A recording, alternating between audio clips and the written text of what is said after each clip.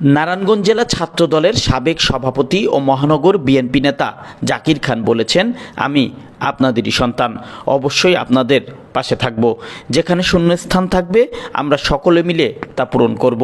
যেখানে গ্যাপ থাকবে আমরা সকলে মিলে পূরণ করব। 2রা মে শুক্রবার বাদ জুম্মা দেওভোগ মাদ্রাসা জামে মসজিদে বিএনপি চেয়ারপারসন বেগম খালেদা জিয়ার রোগমুক্তি ও সুস্থতা কামনায় দোয়ায় অংশগ্রহণ শেষে এসব বলেন জাকির খান।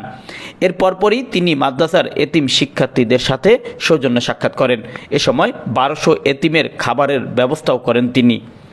জাকির খানের এমন উদ্যোগে খুশি মাদ্রাসা কর্তৃপক্ষ ও এলাকাবাসী। তারা জাকির খানকে ধন্যবাদ জানান এবং সুন্দর নারায়ণগঞ্জ করতে জাকির খানের ভূমিকা প্রত্যাশা করেন।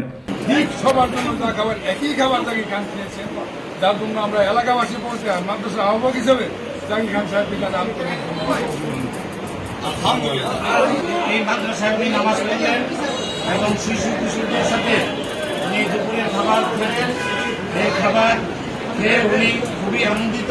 এ সময় বাংলাদেশ হুঁশিয়ারি সমিতির সভাপতি বদিউজ্জামান বদু, নারায়ণগঞ্জ মহানগর বিএনপির যুগ্ম আহ্বায়ক মনির হোসেন খান, দেওভোগ পোশাক প্রস্তুতকারক মালিক সমিতির সভাপতি কবির হোসেন খান, বাংলাদেশ হুঁশিয়ারি সমিতির পরিচালক পারভেজ মল্লিক, মহানগর স্বেচ্ছাসেবক দলের সাবেক ভারপ্রাপ্ত সাধারণ সম্পাদক জিয়াউর রহমান জিয়া, সদর থানা বিএনপির সাংগঠনিক সম্পাদক লিঙ্কন খান ও জেলা মৎস্যজীবী দলের সভাপতি HM হোসেন সহ অন্যান্য নেতৃবৃন্দ উপস্থিত ছিলেন।